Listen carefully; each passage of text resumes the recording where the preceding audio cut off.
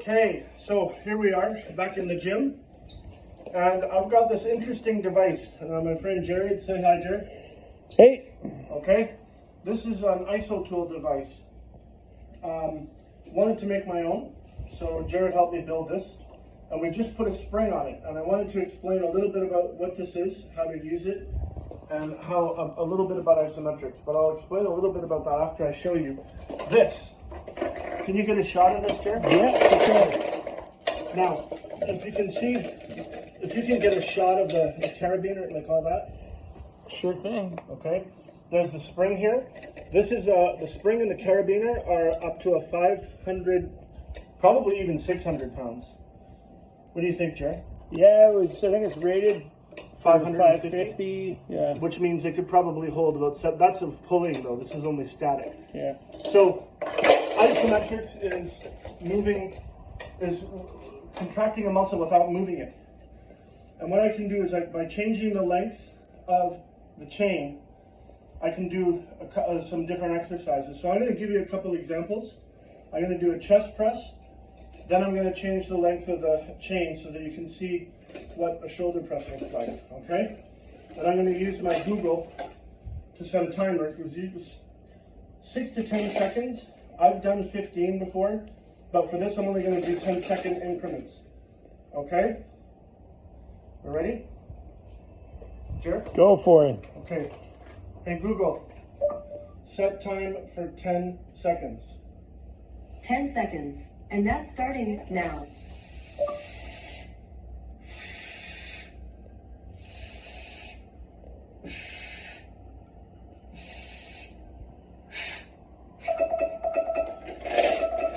Hey Google, stop.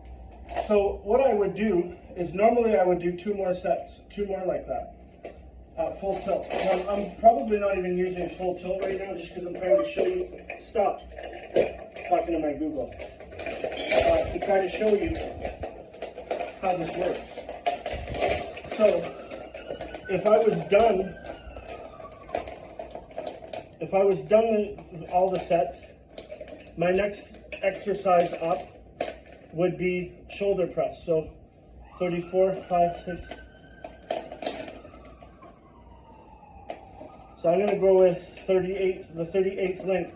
What we did was we put duct tape on every 10th length of this chain so that I would be able to get, I don't know if you can see that, but that's the tape that we put on there, every 10th length. Okay, so as you can see, I've changed the length of the chain, and then you stand back up on the board, and I'm starting up here now with the shoulder press.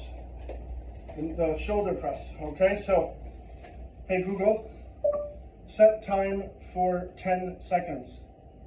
10 seconds, starting now.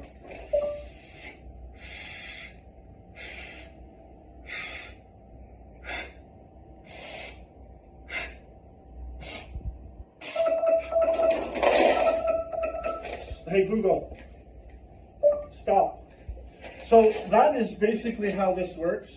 The other thing I like about it, I'm going to show you one more. Let's see. Stop. I have to keep telling it to stop. Say 10, 11, 12, 13, 14, 15.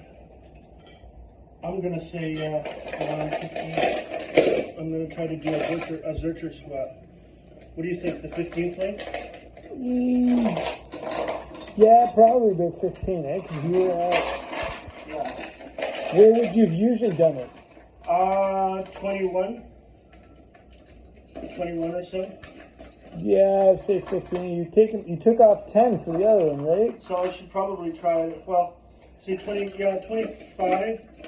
So yeah, we'll just try it. I'll have to play with these a little later to see because the spring actually changed. But see, look at how fast this is for me to find what I want. 10. Well, we'll go with 16. 15 or 16, what do you think? I'd probably use 15 because you can just bend your knees a little bit lower if you need to, right? Like that's not the end of the world. Yeah, so I can just slide it in. I think that actually might do it.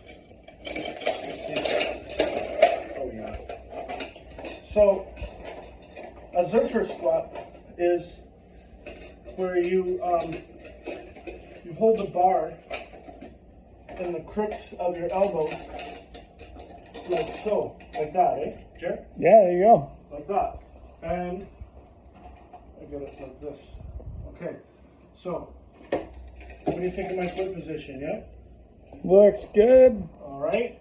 Hey, Google, set time for 10 seconds. Get the 10 spring so seconds. they can see it. Starting now.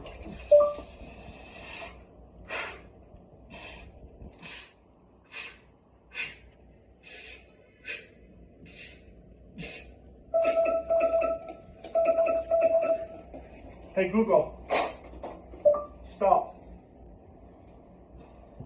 So basically isometrics, that kind of exercise, you can do a variety of different things. If you don't have equipment like this and can't build it, come over here, Jer. Yep. One thing that you can do is you'll never push this down, right? So I want you to get a shot of me, Jer. Can you get a shot of my leg position? Gotcha. Okay, and then my arms, Yep. right? So I've got my back leg is going to stop me from going back, and I can use my front leg to stop me from moving forward. So what you do is you push against the door, and you have to breathe. So I'll just give you an example.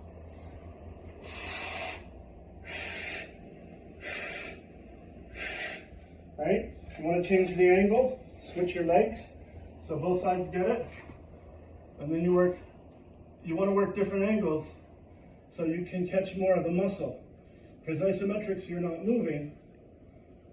And so you want to put time under tension on every angle that you can. I usually go 3. So we do this one. And then again, you want to switch it out. Can you see it, Jared? Yep. So I've pushed it a little more, and I'm just going to push again, right? And that'll work your chest a lot. There you go. And there you go. So, hey, thanks for watching. I hope you guys like it. Looking a little fancy today with the collared shirt. And thanks for watching, and happy training. Talk to your doctor if you're thinking about doing anything new. Isometrics, and remember to breathe. You have to breathe through the exercises. And one last thing. When you're doing heavier exercises, some of you might feel lightheaded. And what happens is your blood stops flowing and getting squeezed into the muscles. When you stop an exercise, you stand up, your blood drops from your head. So one way to stop that is to stretch your legs like this, your toes. Okay, can you see that? Yep. Right? And the other thing is bouncing up and down on your knees like this, and you breathe in through your nose and out through your mouth like this.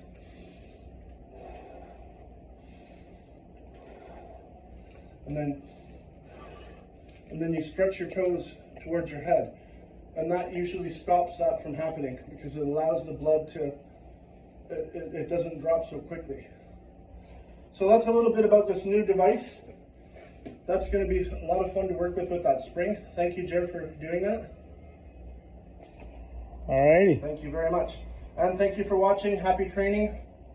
Stay awesome and keep getting it done, guys. All right, so...